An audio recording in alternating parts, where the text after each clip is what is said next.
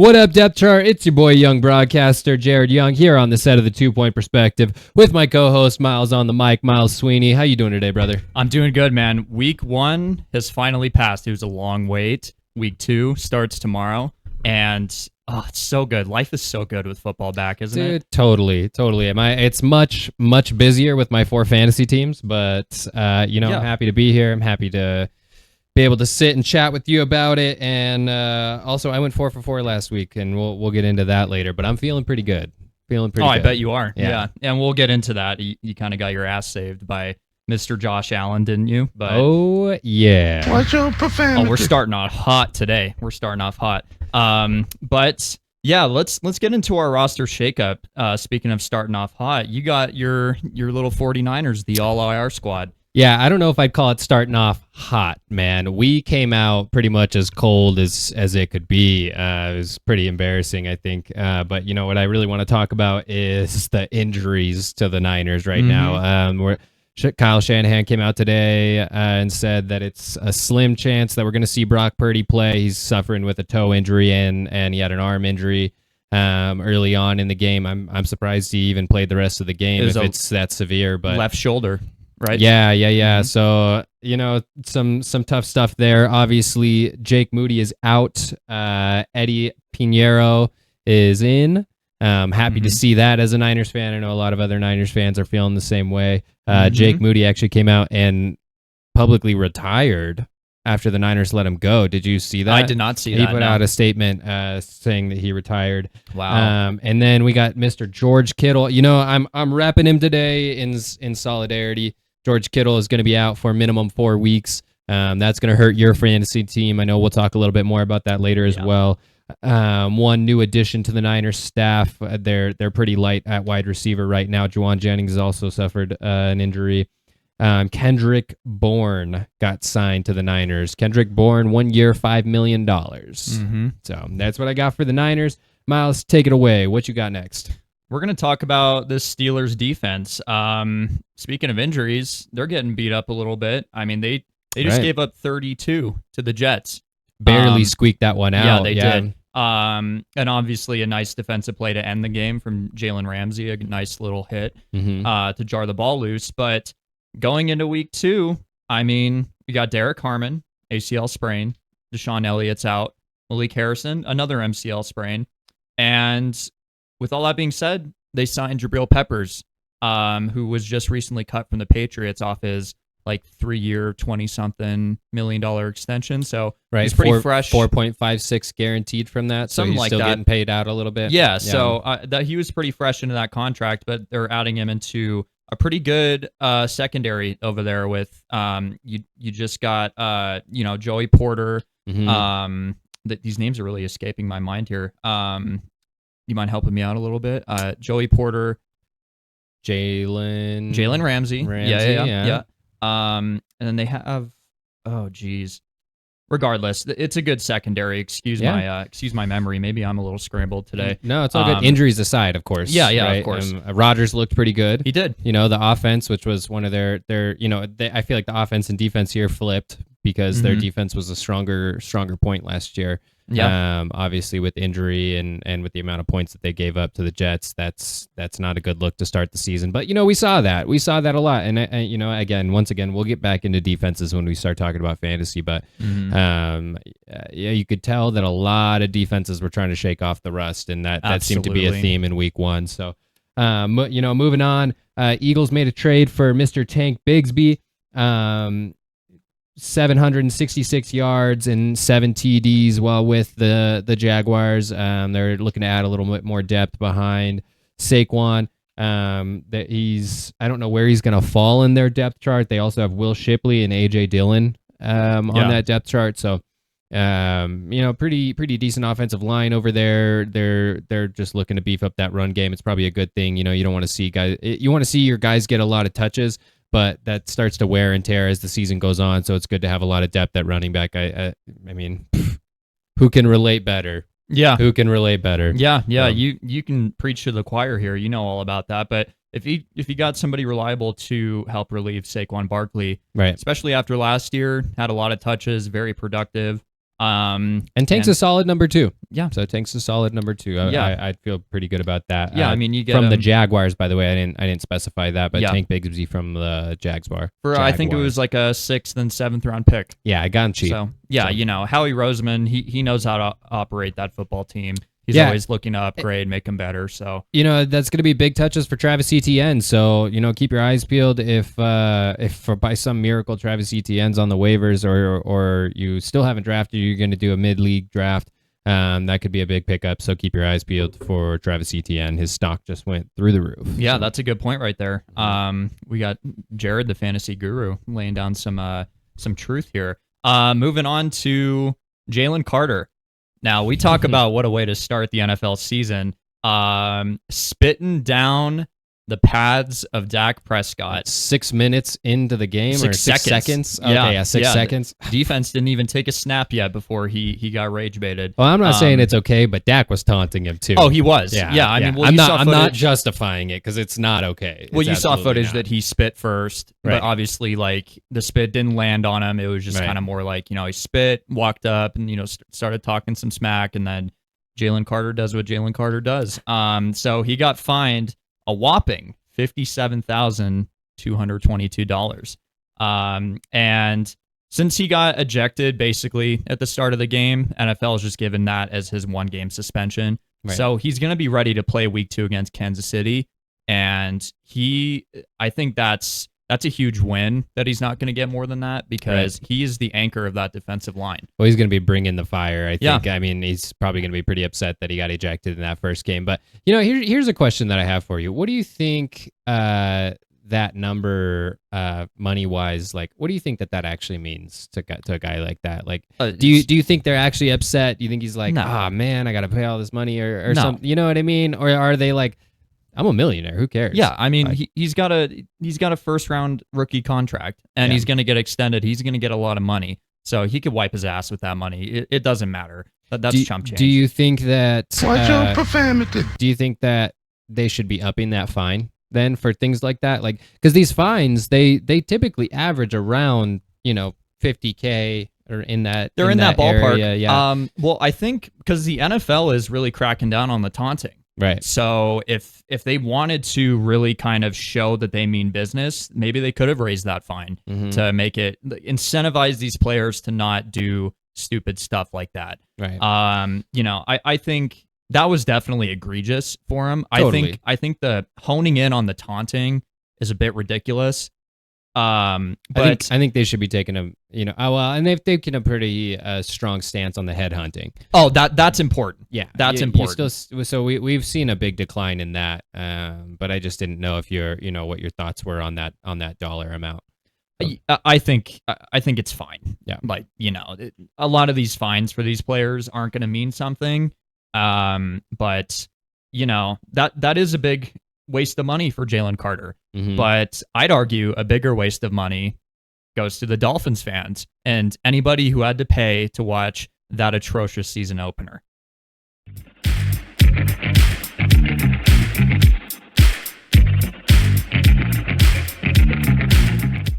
All right. Well, we're going to move right into our biggest winners and losers. And as Miles mentioned, he's not liking the Dolphins this week. Miles, take us away with our biggest loser. Yeah, I am not. We got a 2-parter this week. But I'm going to kick off with the Dolphins.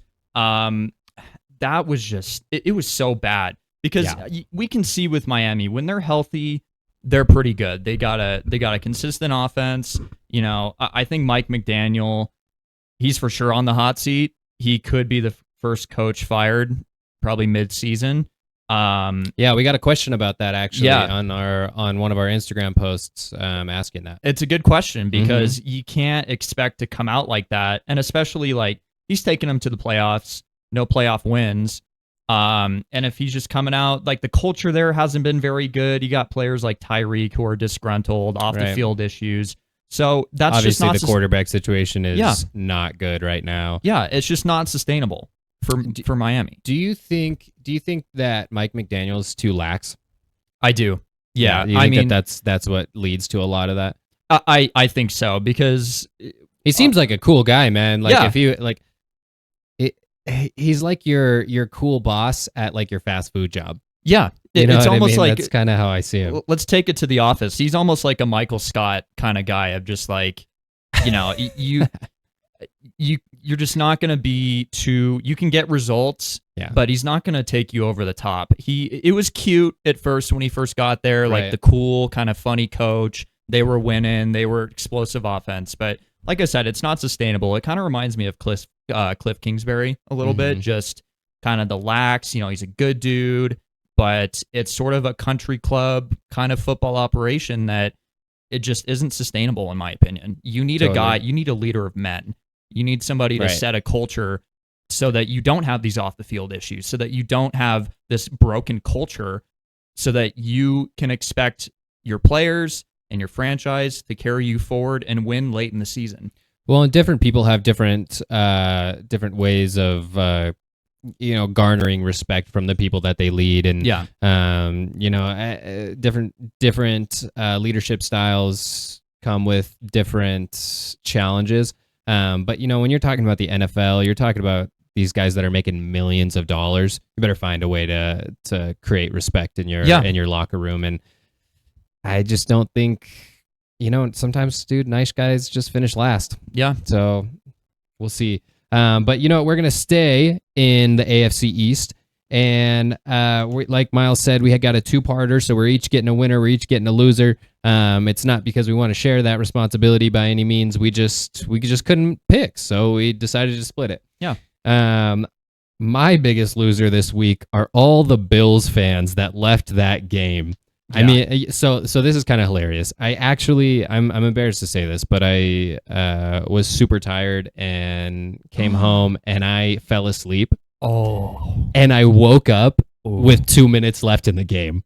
Oh my god. And I was like, what happened? Like what happened here? All of a sudden Josh Allen is looking like the MVP, man. Yeah. And it was hilarious to see his interview at the end where he's calling out Bills fans. I think that's exactly what he should be doing. Absolutely. Yeah. Well, because that's embarrassing, man. You pay all this money to go to these games. Go stay till the end, man. You never know what's going to happen in sports. I've been telling, someone close to me for years would get upset and turn the game off or switch the game. And I'm like, the game's not over till it's over. Yeah. You can miss the best moments in sports by turning off that game or walking away or leaving early. Yeah.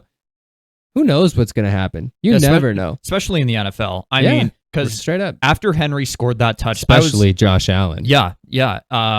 He can work magic if you got him on your team. I was at my sister's house. I was watching the game with my soon-to-be brother-in-law, and Henry scored that touchdown. I'm like, all right, I'm going to call it. I'm going to leave. And then I'm on the road, and I'm getting texts from people like, yo, are you watching this game? Like, he texted, like, his name is Lane, my soon-to-be brother-in-law. He texted me someone, like, we made a joke about the door is still open after they missed that PAT, the Ravens did. So he texted me that, and I was like, oh, you got to be kidding me. So I did what any responsible driver would do. I whipped out my phone, and I opened Peacock, and I had that thing sitting near the gear shift as I was driving home. Don't Peacock and drive. But, yeah, seeing that. Oh, no. Yeah. I'm not proud of it. But I got to see probably one of the best debuts of an NFL Sunday night game in my life. That was incredible. Yeah. I mean, he just took complete charge of that team and took them down the field. It reminds me of, whenever I was watching the Chiefs. I think the Chiefs are on the decline, obviously, right? We're in a different place now, but a couple years ago, you're watching Patrick Mahomes. It doesn't matter how much time you were giving him on the clock. Yeah. You did not want to give the ball back to him. You wanted to have that last possession, or else there's no guarantee that game's over. That's how I felt about Josh Allen at the end of that game, and it was really impressive. So to all those Bills fans, sucks to sucks. Maybe you'll learn your lesson. And they were doing what I was doing. They were driving home with Peacock on the dashboard. So. Shame on you, Miles. It's never over till it's over, man. Yeah, I was a fool. Well, a little bit of redemption for you, Miles. Let's get our first winner of the week. Yeah, this is a winner for everybody, every fan in the NFL, unless you're a Chiefs or Cowboys fan. That was a beautiful way to start the season, wasn't it? Oh, yeah. Seeing those big old Cowboys go down 0-1, and then the Chiefs, who I was confident in the Chargers to win that game. They played them good last year. They probably should have beat them twice. And they came out ready to go, man. Yeah. They came out ready to go. They were physical. Herbert looked amazing. I honestly, for the most part, there are a couple areas where it was a little disappointing if you're a Cowboys fan. But I thought the Cowboys actually played a pretty good game, too. Javonte Williams stepped up. Yeah, totally. CD had some drops some 3 really easy drops that he should have had. Yeah.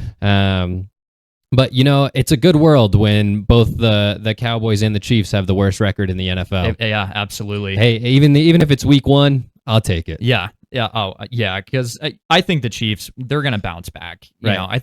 I think you and I both agree they're on the decline. Mm-hmm. But they're too well coached. They're too talented to let that be a consistent kind of thorn in their side.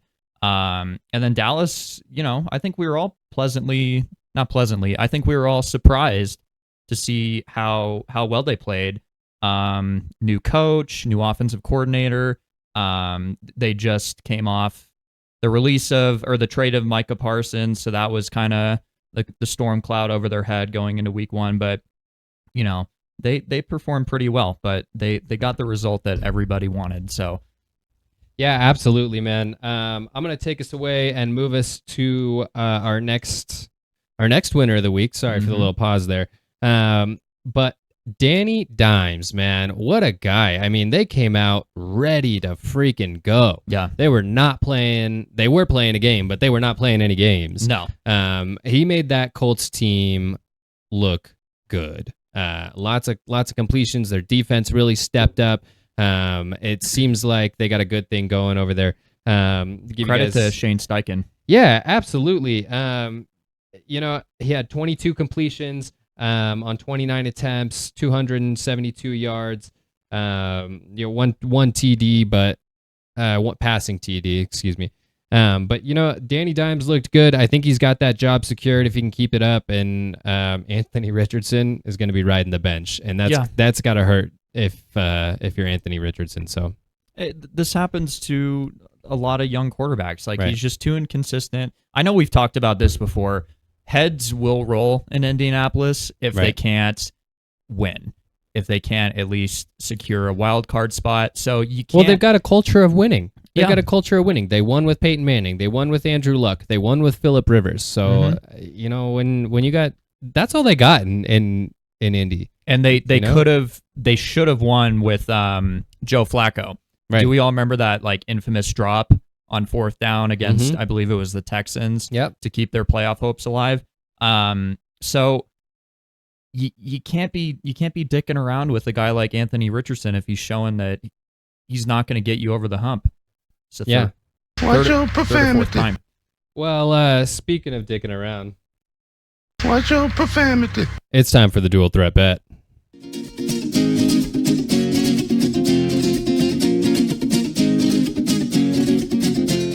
All right, guys, dual threat bet. So Miles and I both ended up going 1-1. We're still tied. Many more losses than wins, but we're still tied. So nobody's taking the lead for the beer mile just yet. No. Which So, I'm happy. I'm happy that I'm not leading it at the very least. I'd like to be winning, but I'll take it for now. Combined 1-4. I think that just means that we're both a couple of losers. Yeah, we are. Yeah. We're not looking too hot here, but yeah, I had JSN plus 62.5 last week, and then Walker also plus 62.5. JSN got the dub for me, but as we saw, the Seahawks running backs were pretty pitiful. Well, and they were giving majority carries to Charbonnet, right? Is what it seems like, and he still didn't. And he didn't cover. Yeah, he still didn't cover. So, who'd you have, Miles? I got the 2 Niners boys. I got George Kittle first time touchdown, and then I got Christian McCaffrey first time touchdown. So it was a little unlucky. I was guaranteed at least one loss, but thank God for the Skittle boy, because he secured that first touchdown for me, and I'm not behind the 8 ball to start this dual threat bet season. So I was just happy to escape at 1-1. Well, and that's a tough one, man, because if Seattle had gotten the ball to start the game, and they had scored a touchdown, you're cooked there. Yeah. Ricky Pearsall gets the touchdown. Mm-hmm. There you go. Any of the other tight ends or Brock Purdy runs the ball in. So you really had a tough one, and no matter what, you were only going 1-1 at the best. Well, and you know what I was thinking about? I almost texted you this, but sweet little Jared might have had to give me a special circumstance. If they had a play where they had Christian McCaffrey throw a touchdown pass, I would have given you Kittle, both. You would have. I absolutely would have given you both, just because. Listen, we don't have to get into the nitty gritty of it, man. Yeah. That would have been pretty sweet. It would have. And I would have been pretty stoked because I do have McCaffrey on my fantasy team. So it would have been a win-win. Yeah. So, and speaking of having somebody on your fantasy team, I got George Kittle on my fantasy team. So, not looking too good right now, but he gave me a dub in our first official week of Dual Threat Bet, and he at least helped give me a little boost in my fantasy matchup. It was an ugly win, but and we'll chat a little bit more about tight ends and George Kittle as well. Give you guys a little more insight into that. But Miles, if you're up for it, I think it's time to pick. Yeah, let's do it. All right, man. Prom crown is out. Let's go, baby, go. Oh, what was the game that we picked this week? Tomorrow night's game, Thursday night, Commanders, Packers. Green Bay and Washington. That's right. Go for it. Oh, you're gonna make me pick first? Yeah. How are you feeling about yours? Let's talk about your feelings right now. I'm a little torn. Okay. All right. Ooh. That's not the one I wanted. Okay, well, let's hear the one you didn't want. All right. What would you get? Now, this could go either way, because when a receiver maybe doesn't have their best game week one, the next week they pop off. And that's one of the hardest things about fantasy is you're like, man, this guy screwed me. And then you put him on your bench and then he goes off for like 30 points or something like that. So maybe I'll get lucky. But Debo got most of the receiver work last week. I got Scary Terry plus 60. So okay. I think he can pull 60. I think he can pull can 60. Too. Yeah. A couple good receptions. We'll see what happens. Yeah. Well, I got a special little card here. I can call the game. Oh, so, you got the good one. Okay, so we threw this one in last minute. We wanted to have a fifth. We put 5 bets in the crown. I'm pretty stoked actually that you got that. That was a special. We couldn't think of a 5th one. We were going through DraftKings and we just didn't find anything that we liked and tossed that one in. All right. Well, here, let's go for it, man. What you got? So here's the tough thing. Just about this bet in general, like all the other ones are kind of up to the football gods. So if you don't get it, you're just kind of like, well, that's unlucky. Right. But I have a choice with this. Not only that, but you're putting your reputation on the line. I am. Yeah. So if I don't get this, I may never sleep again. So and I'll be ripping you for it next week. Yeah. I know you will. Yeah. You're never too nice. Well, I can't be too nice. No. So I'm gonna go with the Packers. It's at Lambeau Field. I think the Packers are younger. They've got more talent. I think Matt. Well, I know Matt LaFleur is a better coach. I'm gonna give him. Yeah, I'm gonna give him a week 2 dub against the Washington Commanders. I think it'll be a close game, but seeing how that defense played against the Lions, I think it's too hard to not pick them. I apologize. I hit the oh no button. I didn't mean to. I actually meant to hit the clap because Miles, all you're doing is supporting my claim, man. Yeah. I think the Packers are also going to win it. I think that's a great call. I've said it all season long. I think they're going to elevate. I think that Mike is going to have a great season. I know he's suffering with a little bit of an injury, but that defense is looking really good. They came out and they took it to Detroit, exposed them for not having their 2 coordinators.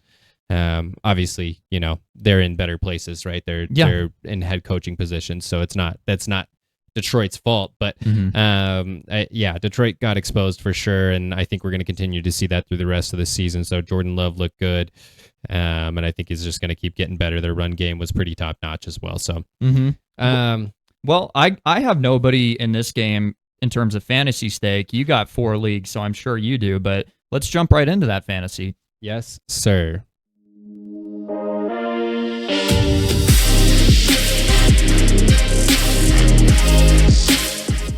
All right, man. It is fantasy time.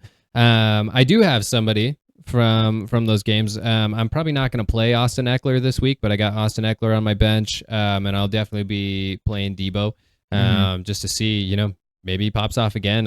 Always think that that's a safe bet.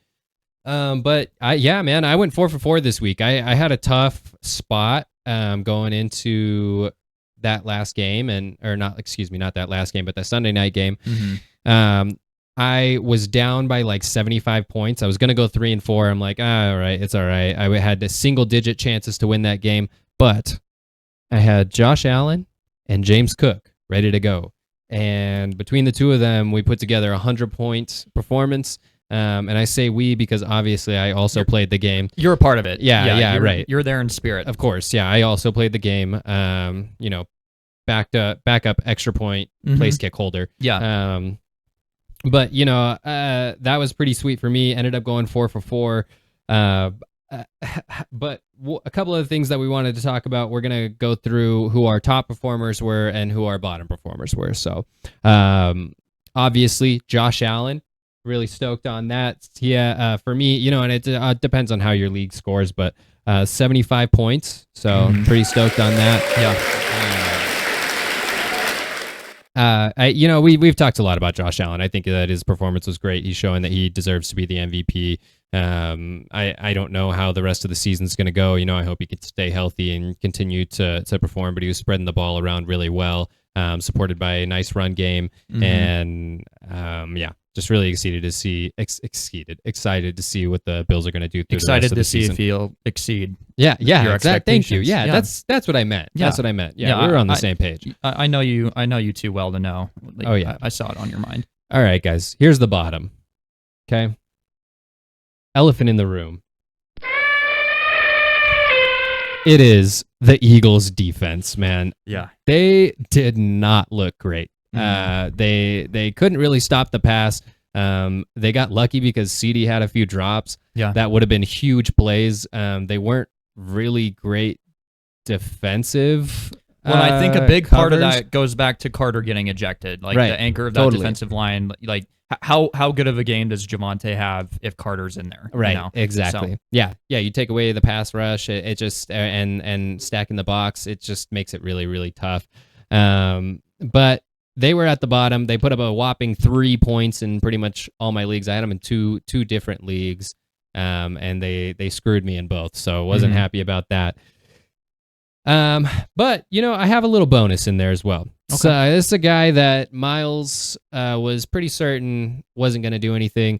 But I was pretty happy with him. And, unfortunately, I left him on my bench. He wouldn't have outscored any of my starters anyway. But Mr. Trey Benson, I said it at the beginning of the season. I think that long term, I think he could be the guy.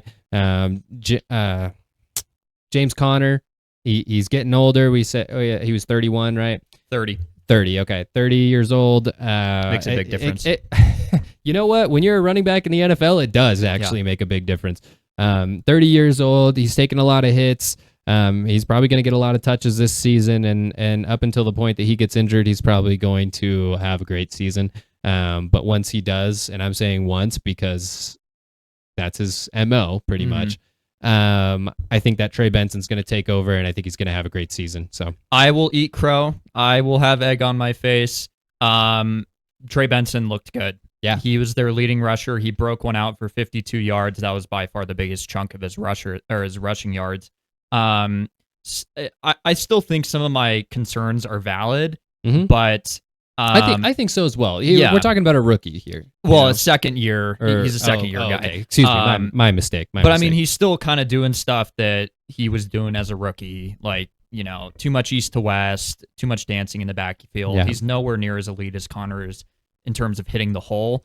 But he broke out a nice one. He's supposed to be the big play speed guy, and he kind of gave you. He's a big back too. He put on some weight this offseason, so. I think I still have confidence that when Connor's gone, he's going to take the reins and look pretty good. but well, he's maybe not even like a long-term situation. Like maybe they don't keep him around. Maybe he asks for too much money, for the quality that he's giving. But I think that in the meantime, if Connor goes down this season, I know I said when earlier, but if Connor goes down this season, I think he's gonna have a good season, and that's a guy that I would handcuff. So anybody who's got James Conner, if Trey Benson is available, stash him away, see what happens. If you got a low end wide receiver that someone wants, and they've got Trey Benson on their roster, I think that could be a good trade. So just keep your eyes peeled. Watch for what's going to happen. I think he's going to have a big year. What I feel bad about the most is during fantasy draft night, Tate took Trey Benson, and I was kind of like, oh man, I don't know. And he was like, "Oh my god, like what do you mean?" And then I think he dropped him. Oh, after that. Really? Yeah. Oh man, that's crazy. I'm sorry, Tate. I think I scooped him. You scooped him. I think I scooped him up. So oh my god, this is a little 2-point perspective inside job right here. Yeah, we're collusion. Yeah, shows what I know about the NFL, right? Yeah, so let's jump over to my fantasy team. Jared was hot this week, and I got the dub this week, but it wasn't exactly the prettiest dub. I had like consistent performances throughout my entire roster. Who'd you play this week? Do you mind? I played Nico. Okay. So he had Drake May, Amarian Hampton, Bucky Irving. I think he had Scary Terry too. So like he didn't have any world beater, and he only got 84 points, and I got just a little over 100. So I think it was just a wide kind of consistent point spread in terms of my roster. Like there was no heavy hitter, no Josh Allen, no Derrick Henry to really put me over the top. But my highest scorer and my top guy for this week was CeeDee Lamb. And we talked about the drops. He could have had a lot more. They could have won the game had he secured just at least one of those. Like those were bad drops. But from a fantasy perspective, he actually had a pretty decent week. He gave me 18 points. He was my top scorer. So like I will take that, of course, but there's just still some meat on the bone there. And that was early when I was, it was still undetermined. A lot of my guys hadn't played yet.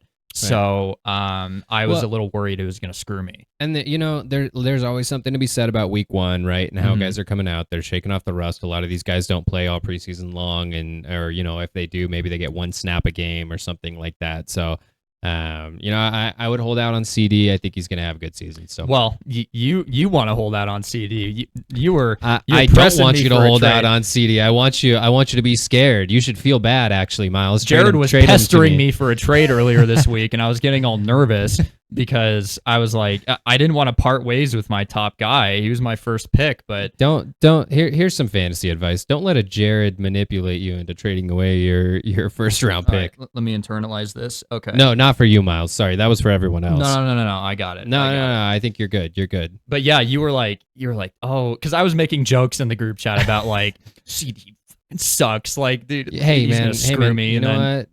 Joe Burrow, T. Higgins, they're calling your name, dude. They're calling your name. Yeah, you made it sound enticing because I was making jokes like I'm dropping CD for Quentin Johnston, and then you were like, "Yo, are you serious? Like, what would it take to trade for CD?" Hey, don't put that energy out there if you're not willing. If you're not willing to take the call, you don't put someone on the trade block and not take the call. That's all I'm saying. Well, because you were saying it, and I was like, it's probably going to be more than you want to give up, and you were like, how much? And I was like, oh my god, hey serious? Man, yeah, you never know. You never know if you can't say that and not expect me to ask at least that much. You know what I mean? Yeah. Well, and I told him, let's put a pin in that.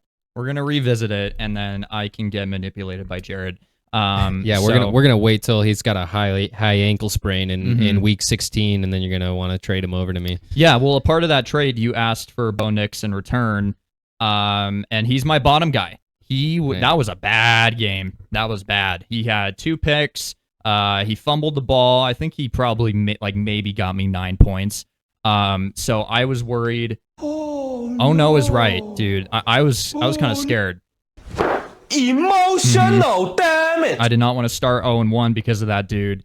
But thankfully I pulled through. He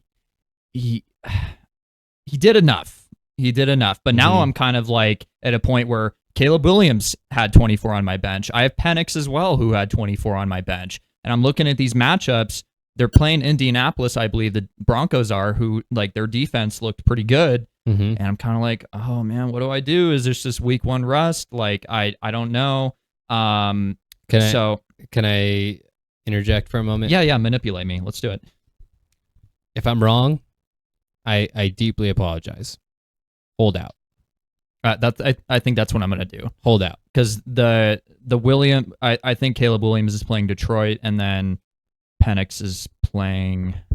It was somebody who wasn't very enticing to me to make me want to switch off of Bo Nix.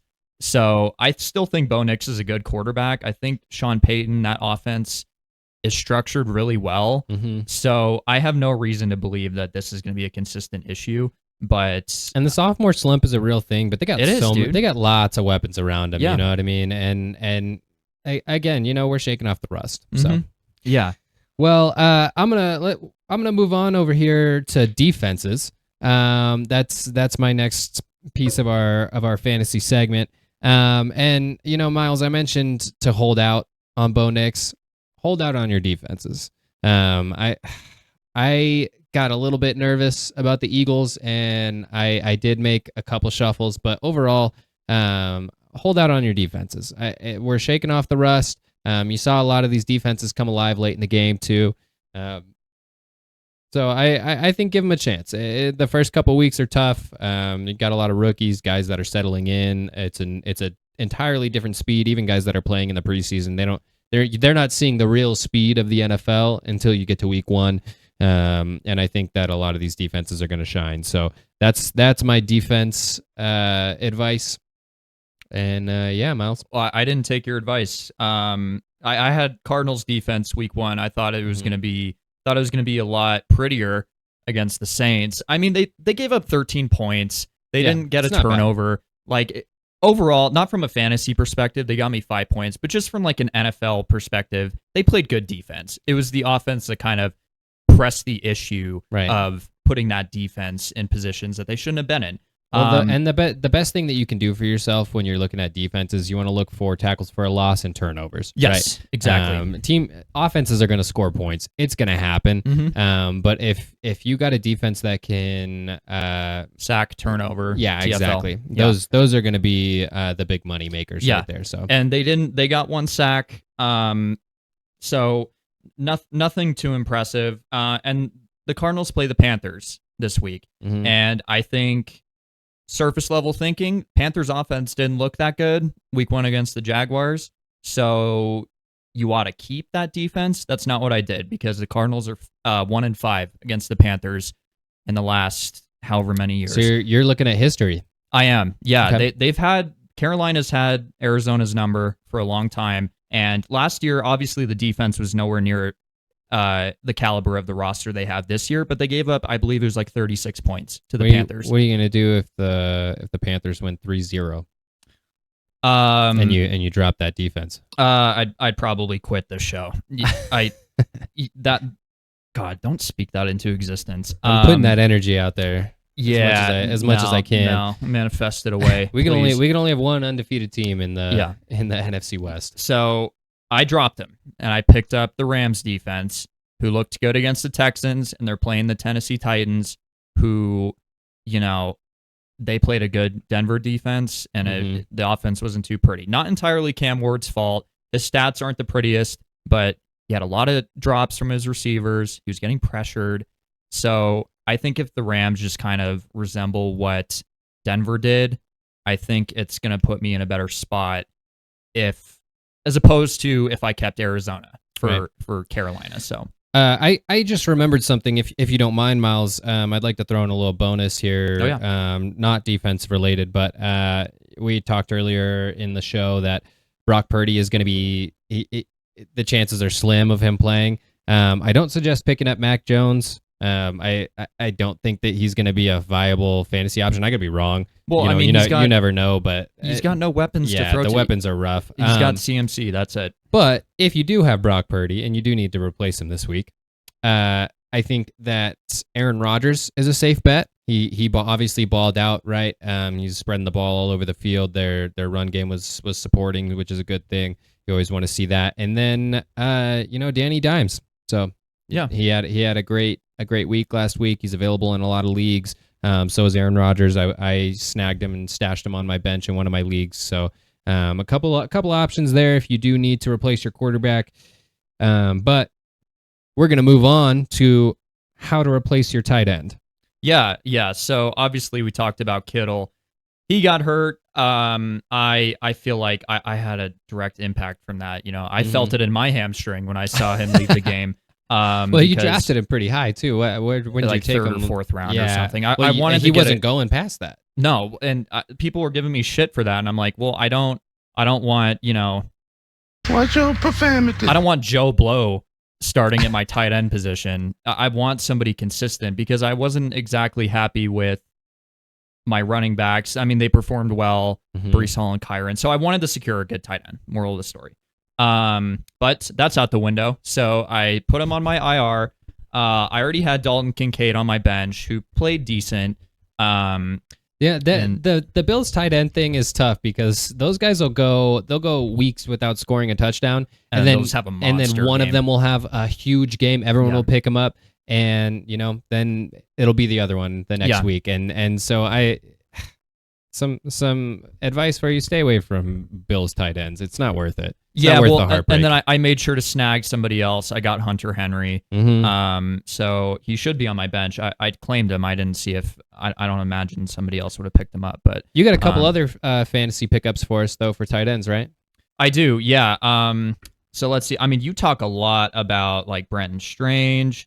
Can we chat about Brenton real quick? Yeah, go for it. I've talked about him the last couple weeks, but in almost all of my drafts, I stashed him on my bench.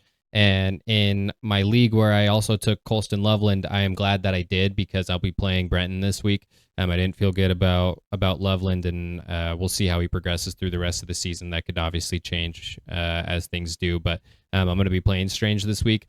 He was a huge target this week on the waivers, and I was calling it for weeks. So Brenton Strange, man. Trevor Lawrence loves to throw to his tight ends. When Evan Ingram went down last season, Evan Ingram was having a great season, and he went down. And Brenton Strange got all the looks. So he likes to hit him in the red zones. He likes to hit him downfield. So keep your eyes peeled. If he's available on the waivers, that's a guy you should be targeting. Yeah. We talk about, I'm not sure. I think Brock Bowers left the game a little bit. I don't know how severe that injury is. I haven't seen any sort of update of if he's going to play a week 2, if it's even, that serious. But Michael Mayer is somebody else too, who kind of played good down the stretch of that game. Somebody that I was kind of keeping my eye on. And then, we'll throw a fun one in there. How about Tonjes from the 49ers? What a breakout game that was. I doubt he'll replicate that, but I mean, if he's in a room of pass catchers that's very depleted, it'd be a high risk, but here's my concern for this week specifically. If Brock Purdy doesn't play, you never know how many receptions this guy's really going to get. So just something to be aware of. I want to throw one more guy out there as well, Juwan Johnson. Yeah, that was somebody else I was going to talk about because Rattler was targeting him, and he almost secured that game-tying touchdown. Well, would have pending the PAT. Young he guys had that love in their his tight hands. ends. Yeah, he had that in his hands. Buda Baker jarred it loose. That's somebody else who I was kind of looking at too. For sure, you kind of took the words out of my mouth, but there's some good little tight ends that aren't really rostered too much, but I think you can sniff around for sure. But with that being said, week 1, what does that mean? It's overreaction week, and with overreactions come hot takes. Yeah, before that, you said some good little tight ends, and I couldn't get that out of my head. Jesus Christ. Oh, God. All right, guys, let's move on to hot takes.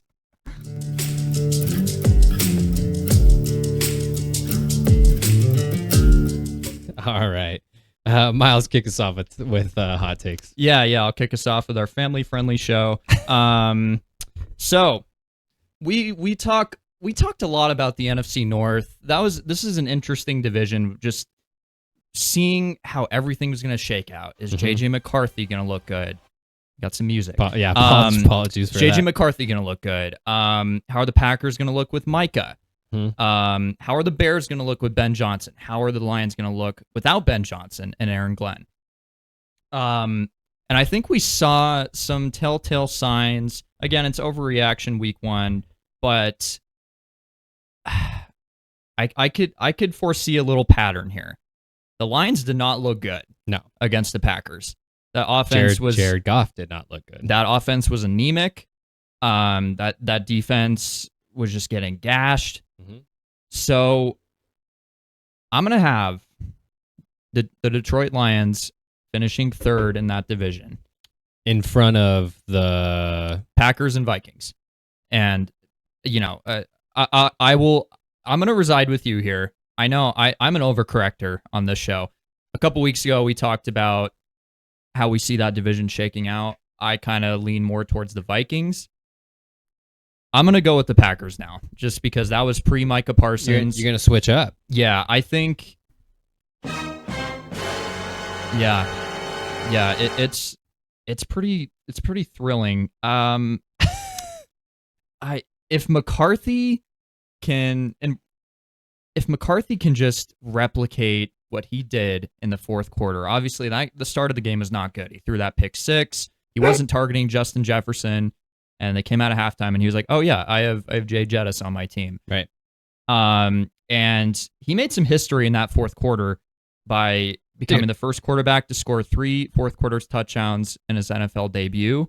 That was pretty nuts. Like, it was. They looked terrible, like almost the whole game, and then all of a sudden, fourth quarter, he comes out and he looked like Josh Allen the night before. Well, and this goes back to why you don't stop watching these games, right? Because Chicago seemed like they were in the driver's seat for a majority of that game, and then McCarthy put an end to all those handoff merchant takes on him, and he kind of put on the Superman cape to help secure that win for the Vikings. So right, and the Bears defense fell apart a little bit there at the end, but I was actually pretty impressed with the Bears as well.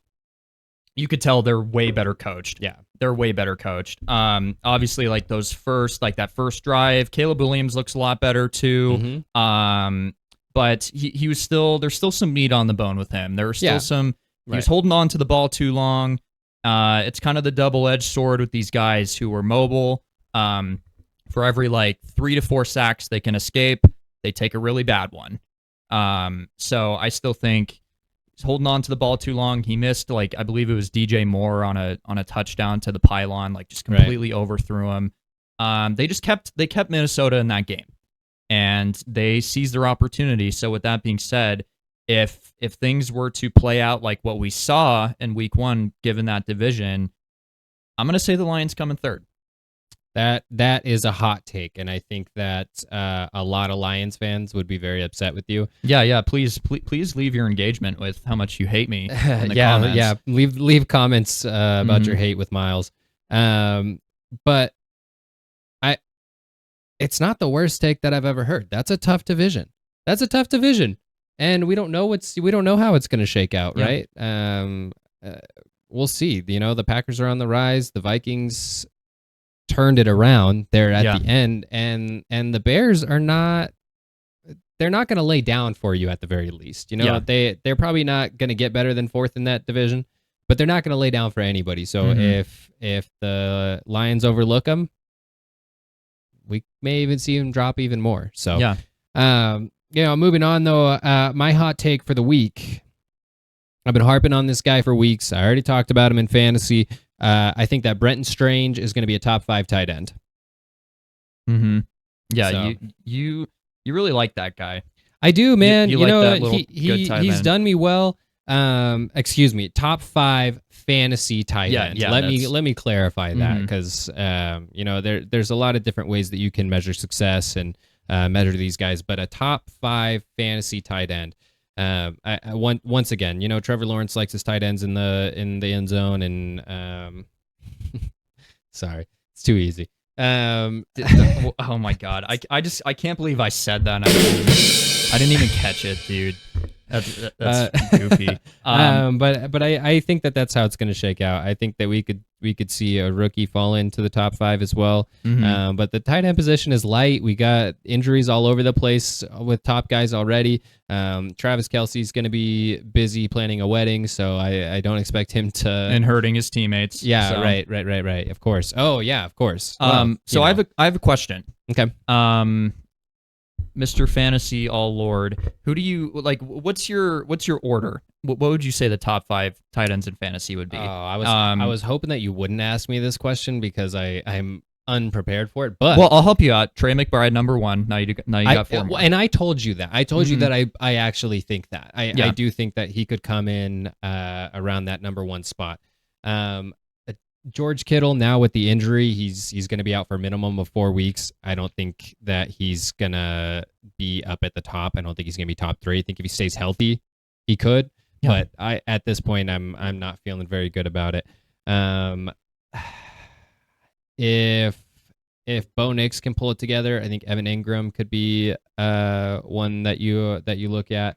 There's another guy, Tyler Warren, right? Yeah, Tyler Warren. He's a rookie. He's playing for Indianapolis right now, and he had a great week 1. I was not impressed with Colston Loveland's performance. I think that there's some chemistry that needs to be built there with Caleb Williams. Brock Bowers is injured, so if that starts to go downhill, that could sway things. I don't think that off the top of my head I could put together my top 5 rankings, but I think maybe give me 2 more weeks, Miles. Give me 2 more weeks. Let's see how injuries shake out, and I'll give you my top 5. How about that? Yeah, I think that makes sense. And I mean, we brought up Brock Bowers again, and I just want to clarify because it's not good podcasting because we're not too sure. But I'm reading a tweet from Tom Pelissaro a couple days ago. Talked to Brock Bowers, and took him to the cleaners. So I'm feeling pretty good about it. Ladies and gentlemen, Paul Gillette. Get him on the phone here. Please leave your message for... Oh, Paul. Oh, Paul, what are you doing to me, man? Is it me? I don't think it's me. I don't think... If you got sent to voicemail, then it's not you. All right, God, man. Let's try this one more time. There we go. Now we're getting a dial tone. Hello? Hey, Paul, you're on the 2 Point Perspective with Young Broadcaster and Miles on the mic. How you doing, man? Doing good. How are you? Hey, we're doing all right. Hey, did you have tough service or something like that? We were having a hard time getting a hold of you. No, I don't know. I've just been working away, so I don't know why I haven't had good service, but now I have it, so that's all that matters. Oh, yeah, exactly. Man, yeah. Honestly, it was probably me. Freaking Verizon, dude. Can't trust them. Well, hey, Paul. I know you got a question for us. You want to talk about Sunday night's game? Let's hear it. Yeah. So my question for you guys is: with the Bills' comeback win, does that automatically make them a Super Bowl contender, or does the choke make the Baltimore Ravens just a playoff only team? Do you have an opinion? I'll start us off. Start us off. I think that regardless, I think both teams are contenders. I'm gonna be honest right now. The Bills are absolutely a contender. They obviously know how to finish games when the pressure's on. Josh Allen is going to show up if they stay healthy. That's an absolute contending team. On the Ravens side, they're well coached. Yeah. John Harbaugh has a little bit of a history of blowing leads, but I think it's like 15 blown leads of over 10 points. I think is the stat I saw. Those stats are coming out all over the place right now. But at the same time, I believe in Lamar Jackson. You guys know I like Derrick Henry, and I think that their defense is pretty tough. They broke down. There at the end of the game, but I still think that they're a contender. That it's a long season. We'll see what happens. We'll see how injuries shake out. So that's my opinion. I think that they're both contenders. I agree. I do. I think they're both contenders. I don't think that win really swung the pendulum too much in any sort of direction because there was some sort of miracle in the Bills winning that game. You don't really see that too often. the Ravens to have like under 5 minutes left with that commanding lead, and then to just kind of blow it away like that, it is really unfortunate. But I think they're obviously both contenders, both led by MVP quarterbacks. But here's where I'll give Buffalo the edge. Baltimore has shown, and Lamar Jackson in particular, that they're not that buttoned up in the playoffs. They'll play worse. You can see a significant quality. It goes down. And Buffalo that beat them starts to become a pattern for teams. Yeah, and Buffalo beat them last year in the playoffs. So I think that's where you got to give Buffalo the edge. I think Buffalo would beat them again. I think so too. Yeah. But I mean, if you're seeing that game, you're not going to go. If your defense is playing like that on both sides, I don't expect to go too far. Like, how sustainable is it to win shootouts like that every single week? And obviously, it's not going to be like that every single week. But if your defense is giving up, upwards of 35 points, it's going to get a little hairy. I think we need to see a little bit more from Buffalo's defense as well. Obviously, why were you down by that many points to begin with? Right. So, Paul, do you have an opinion on that? I think Bills are definitely Super Bowl contenders, but with the Ravens, I think they should just be still a playoff only, because not only did that game show that the Bills can actually come back from a win, come back and win it, but also the Ravens have always shown that their pass game is one of the weaker ones, so that it's always going to be tougher for them to come back and rally compared to other teams that have a stronger passing offense. I don't know if I agree with your assessment of their pass offense, though. I mean, they've got weapons all over the place. They've got Mark Andrews, Isaiah Likely, Zay Flowers is a big target. And right Lamar's he's improved a lot as a passer. Right. He's always consistently getting good passer ratings, but I think you do bring up a good point in terms of if you need to throw the ball when you're down, can they do it? I think they can. I don't see why they couldn't. I don't see why they shouldn't. Would I choose Lamar Jackson over Josh Allen? Absolutely not. No, you wouldn't. But I think their pass game deserves more credit than that, because it's not a broken pass game. Yeah. Well, you know what, Paul? Thank you for that question. We really appreciate it. But can you tell us a little bit more about what you do? You support our local team here in Reno. Give us a little more context. Oh, you're talking about Wolfpack? Yeah, man. Let's hear about the Wolfpack. Yes. Miles and I are big Wolfpack fans over here as well, Nevada natives. Let's hear about them. Yes, I'm the general manager for the food and beverage program over at the UNR Athletics. So I do all the food and beverage for all the games over here. Very nice. So, Miles, are you hearing a possible sponsor from UNR Food and Beverage? That sounds like music to my ears. At the very least, I make sure you get fed, and I make sure you guys get your beers when it comes to football games. I was going to say, at the very least, that's all we need. Snag us a beer and some nachos, and I think I'll be happy. So, yes. So basically, I just make sure we have a good team this year, and it's just always fun to be at the game every single week, and I get to do it for free. So be there for free, so it's good. Yeah, that's awesome, man. Paul and I used to have nicknames over the radio when we were supervisors at the Aces Stadium. Paul, do you remember that? What was your nickname? Oh, I can't remember that. I'll tell you what it was. Paul and I were Goose and Maverick. Goose and Maverick. Obviously, I was Maverick, right? Obviously, that's not true at all. Paul was definitely Maverick. But man, I miss those days. But I appreciate you calling in. It's good to hear that you're doing well over there at UNR Food and Beverage, and we're always big supporters of the Wolfpack over here. Also, thank you again for your question. No problem. Anytime for you guys. Love the fantasy football discussions all the time. Oh wait, I didn't get a chance to rip you yet. I crushed you this week. I totally forgot. I can't believe I left that out. Holy cow, I didn't even get a chance to rip you on my podcast. I said I was going to do it, too.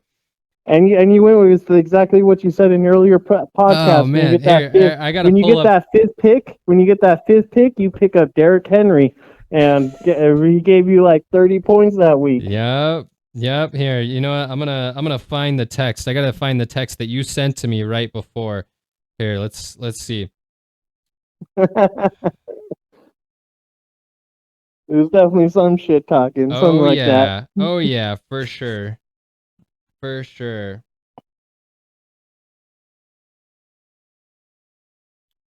Sorry guys, this is also bad podcasting. I'm trying to pull up a text right now. I want to see. No, we need they deserve to hear the receipts. All right.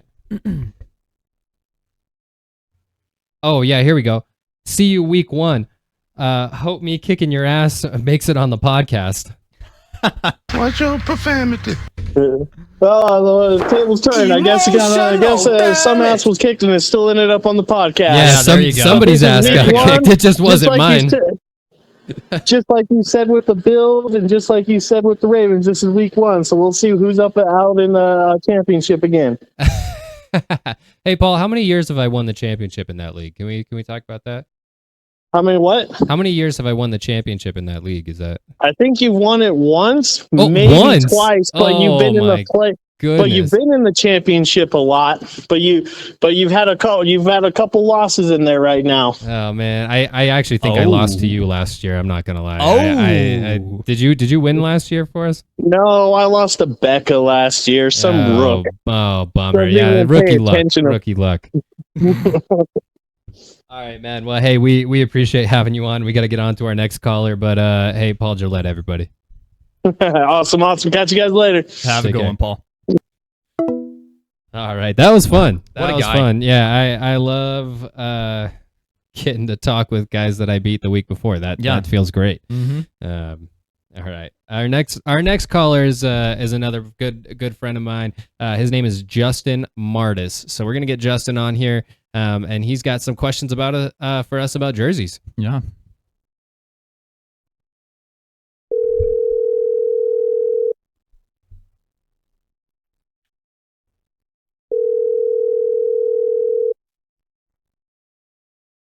Yellow. Hey, Justin, you're on the 2 Point Perspective with young broadcaster and Miles on the mic. How you doing, brother? Good. How are you doing, brothers? Good, We man. are doing good. Thank you for making the time. So, Yes, so sir. you got some questions for us about the new rivalry jerseys. Can we hear what you got going on? Yeah. I know we're all a little biased because all three of us have a team with the new jerseys. Mhm. So I was curious, without being biased as best as we can, is what jersey combo or like the new jerseys that got released is the best in your opinion? All right, I'm gonna just go through a couple of these jerseys real quick. Okay. First of all, I think the Dolphins are the worst. But here's what I'll say about Miami. I think if they included, obviously this would be like very Miami Heat-esque. If they included the Miami Vice colors, I think it would have looked a lot better. Yeah, it's just too plain, man. You had an opportunity to do something really cool. I think it's too plain. I feel the same way about the Jets and the Rams. Not impressed by those at all. Agreed. What are the Seahawks doing? Are they just copying the Oregon Ducks? Yeah. Yeah, where'd they get their their inspiration from? You're gonna copy a college team? Aren't you pro? What are we doing here? The Bills aren't too bad. The Cardinals jerseys come pre-sacked, so not impressed there. And I'm looking at these Patriots jerseys, man. Who are they? Who are they? The Indianapolis Cowboys? What are we doing with that jersey? I'm not even a little bit impressed there. You know what I am impressed with? Those black, clean Niner jerseys, man. They got the gold trim. They got the red letters. Dude, how clean is that? They are nice jerseys, but Justin, you made a point that they are similar to their previous ones. They are. I mean, I will give it to you. The lettering and the numbering with the gold and the red is it stands out really well. Mm-hmm. But like, I wanted them to do something different. Well, okay. So first of all, Niners fans have been waiting for these black jerseys to come back for years. But I'm curious, what would you have rather seen in those jerseys? I don't know, maybe something like the Golden Gate Bridge on it or something That going could have been back cool. to like Yeah. See, yeah, this is where I'm going to kind of piggyback off of what you said, Justin. I think I'm a humble guy. I'm not biased. I'm a sweet little podcaster. As a Cardinals fan, I don't know about sweet, but sure. oh, okay. Tortilla, they joke with the Cardinals uniforms. But you make a good point with the Golden Gate Bridge. The Arizona I State actually like that. The Arizona State flag on the shoulder pads. We as in Cardinals fans have clamored for that to come back. I actually like that. It's so But sick, dude. why do they have to look like they drug them across a baseball field first? Because it's For real, it's it Desert looks- Storm. The Arizona uniforms look like they haven't washed them in like 4 games. Do they come pre-stinky as well? Well, they're superstitious. I mean, so they think it's gonna, superstitions they're do gonna die win. hard. Yeah. Listen, Cardinals have had pretty bad uniforms for a long time, so I like that they tried to do something different. This obviously it's playing into the desert aspect. They tried. But by far my favorite part are the helmets and the state flag. Obviously, you know, like I'll sit here and I'll joke about the shit stained tortilla jerseys. Watch your profanity. I think the colorway with the helmets and obviously the numbers pop, it's similar to the Niners, and just the state flag. It was so refreshing to be able to see that again. Yeah. I'm not gonna. I don't think it's a definitive favorite of mine, but it is just as a fan, it's very refreshing. I don't honestly, Justin. That's an opinion I can respect. I don't have a favorite, to be honest. I think a lot of them were a little underwhelming. Yeah, honestly, I for the most agree. part, I think that they are underwhelming as well. Mhm. Sorry, I didn't mean to cut you off, Justin. But you No, know, you you're look good. at what baseball's doing. Baseball's doing some cool stuff with their City Connect jerseys. I'd like to see a little bit more from the NFL. Yeah, and NBA too. They had really good City Right. Edition jerseys. So, you know, were these designed by Nike? I can see the symbol right Yeah, here. They are. I don't uh-huh. think Nike They were is. designed by Nike. I don't really like Nike as a designer for the NFL. Right. That's just my opinion. Well, Justin, you heard our opinions, man. What are your thoughts? So I think for the most part, they're pretty underwhelming. Me as a Patriots fan, the only cool thing about that uniform is the NE on the shoulder pad. That's something that we haven't seen yet, which is interesting. Other than that, they're pretty bland. Like you said, the other couple teams, they're all just kind of mid, and they didn't really put too much effort in, it seems like. Aesthetically, I think the Bills have the best looking one. I think the white with the silver just works really well, and the logo on the shoulder pad is sick, honestly. I just think they're gonna be filthy, man. They're so Well- like white. They're gonna be, they're gonna look like the Browns at the end of the game. Well, dude, and you know what might be that kind is of, fair. You know what might be kind of tech with that jersey if they wear it during a snow game. that would be pretty wild. That would be Yeah, wild. I can't even. But you know what? That's got to be hard as a if you're a quarterback too. Mhm. Now you're trying to spot your wide absolutely. receivers Yeah. downfield. How are you going to see them? Josh Allen can do it. Josh Allen can do it. But as far as because it is Nike and it's like an alternate uniform, I think what they were trying to go for, I think the Seahawks have the best one. Like the waves on their shoulder pads are supposed to represent like the sound decibels from the stadium, and then they have the 12th man in their number design. So I think from a creativity standpoint, they tried with Seattle, but overall, I think looks wise, the Bills just look the best. Do you know what I think Seattle could have done to make it better? Because I actually agree when you're talking about the pinpoints, right? I like the 12th man. I like what you're saying with the sound waves, but do it blue. It could have been do blue. it in Seahawk Absolutely. blue, man. Why are you doing it in Oregon Duck green? Yeah, I think that's You just know? the hardest thing for me to see You're past. you're, is just you're the putting Oregon. that. Yeah, you're putting that on the shoulders. It looks just like the wings. Yeah, it So- really does. Okay, last question for all of us though: are the rivalry jerseys dropped today? I saw that. Are we gonna buy them? Oh, dude, I have to. I have I'm, to. I'm repping the tortilla. Justin, are Yeah. you gonna rep your Patriots uniform? I might. It depends on who I see and who has them available. All right, Miles. Whose jersey you picking up? Well, That's a good here's question. the tough thing. The only Cardinal jersey I own is a Larry Fitzgerald jersey. From, classic. Like back when those horrible red uniforms. It's getting a little small on you. It is, yeah. I think it shows It's my time arms to a little upgrade. bit. That's what happens when you get swole, dude. Yeah. Yeah. A little. Super swole. Because I've been battling this. I want to get Marvin Harrison. I want to get Trey McBride.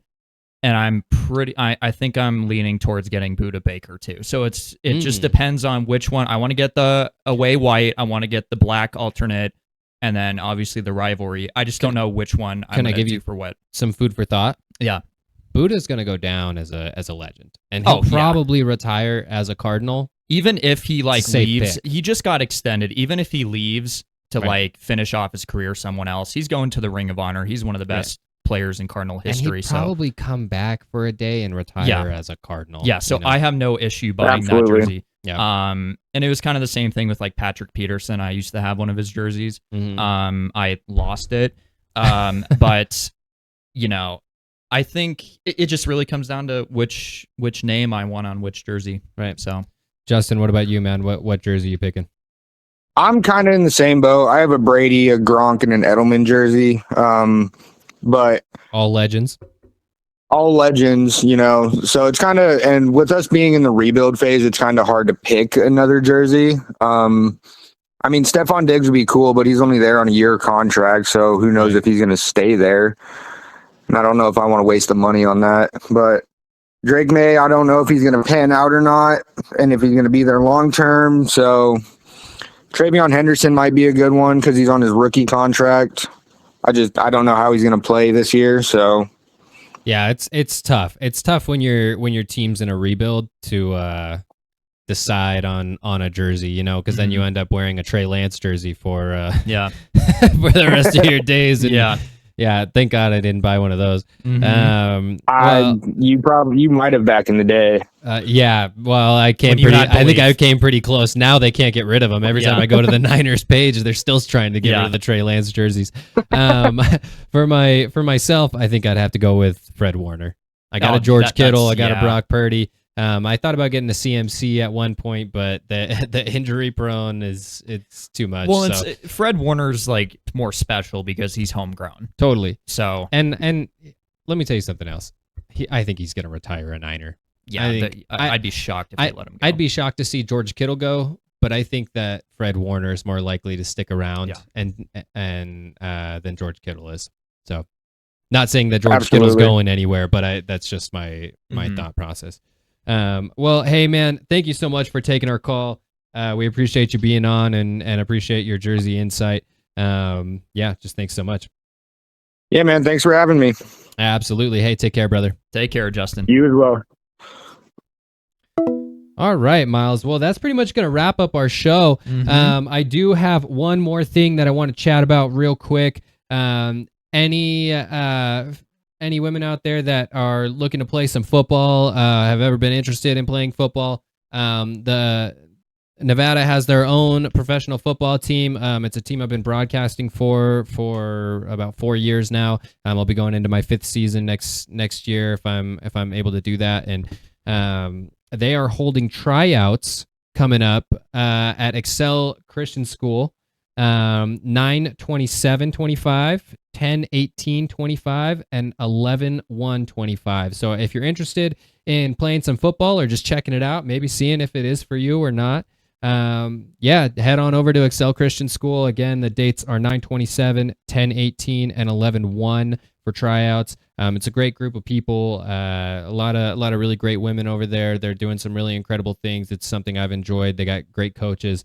We had one on a couple weeks ago. So, check that out. And we just appreciate your viewership. Don't forget to like, follow, subscribe. And if you have questions and you want to be on the pod, make sure to reach out to us, man. Hit us up in the DMs. Hit us up under the posts on Instagram, TikTok. Comment under the podcast. We're here for it. We want to have you guys on, get as much fan engagement as we can. And you know what? You guys have a wonderful week. We'll see you next time.